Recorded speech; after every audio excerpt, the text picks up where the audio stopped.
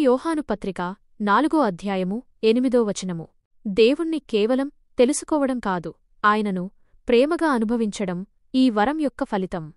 ఈ వరం ఎమ్మాయి మార్గంలో ప్రయాణించిన శిష్యులపైన సోకింది. వారు యేసుతో నడుస్తూ ఆయన లేఖనాలను వివరిస్తుంటే వారి హృదయము ప్రజ్వరిల్లినది అని వారు ఒకరితో ఒకరు చెప్పుకున్నారు. లూకాసు వార్త 24వ అధ్యాయము 32వ వచనము. వారి బుద్ధికి సత్యం తెలిసిందే కాక వారి హృదయం కూడా దైవ ప్రేమతో అంటుకుంది, తన్మయత్వం చెందింది. ఇదే విజ్ఞానవరం. ఈ వరం ఫలితాలు. ఈ విజ్ఞానవరం మన హృదయంలో దేవుని పట్ల గాఢమైన భక్తిని, అనుభూతిని, నిత్యమైన ప్రేమను పుట్టిస్తుంది. దేవుడే సర్వస్వం. కీర్తనకారుడు పొందిన అనుభూతి ఇదే. ఆయన పరలోకమందు నాకు నీవు తప్ప ఎవరున్నారు, ఈ లోకంలో నీవు తప్ప నాకు మరేదియూ వద్దు అని దేవుణ్ణి ఆశించాడు. కీర్తనలు 73 అధ్యాయము 25వ వచనము. ఆయన దృష్టిలో దేవునితో పోలిస్తే లోకంలోని ఏ వస్తువు, ఏ సుఖము విలువైనది కాదు. నిత్యజీవపు మాటలు. శిష్యుడైన పేతురు కూడా ఇలాగే పలికాడు. యేసు నిత్యజీవాన్ని ఇచ్చే మాటలు పలికినప్పుడు, ప్రభువా, నీవే నిత్యజీవపు మాటలు కలవాడవు, మేము ఎవరివద్దకు వెళ్ళుదుము అని పేతురు ప్రకటించాడు. యోహాను సువార్త 6వ అధ్యాయము 68వ వచనము.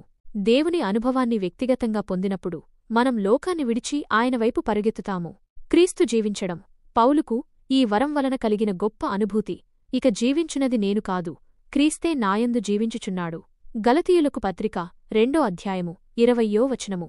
ఇది దేవునితో ఐక్యత పొంది ఆయన ప్రేమను అనుభవించి ఆయన చిత్తానుసారంగా జీవించే ఉన్నత స్థితి. చదువు సంధ్యలు లేనివారు కూడా ఈ విజ్ఞానవరం ద్వారా దైవానుభూతిని పొందగలరు. ఆత్మ యొక్క వరం జ్ఞానం, పుస్తక జ్ఞానంపై ఆధారపడదు.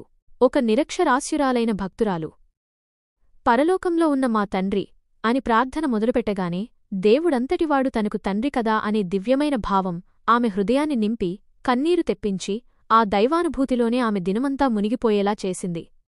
ఈ గొప్ప తన్మయత్వం కేవలం విజ్ఞానవరం ద్వారానే కలుగుతుంది.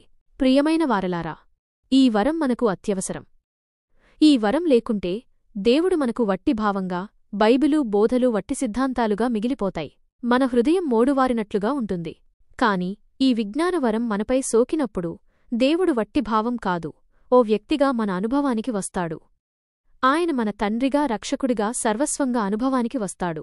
మన హృదయం ద్రవిస్తుంది, ప్రేమ పుడుతుంది, ప్రార్థన పెల్లుబుకుతుంది, పాపం నుండి పారిపోతాము, ఆనందానుభూతి పొందుతాము. కనుక మనమందరము ఈ శ్రేష్టమైన విజ్ఞానవరం కొరకు ఆశపడి ప్రార్థన చేద్దాము. దేవుని సత్యాలను చవిచూసి ఆయన ప్రేమననుభవించి ఆధ్యాత్మిక జీవిత శిఖరం మీదికి ఎక్కిపోదాము.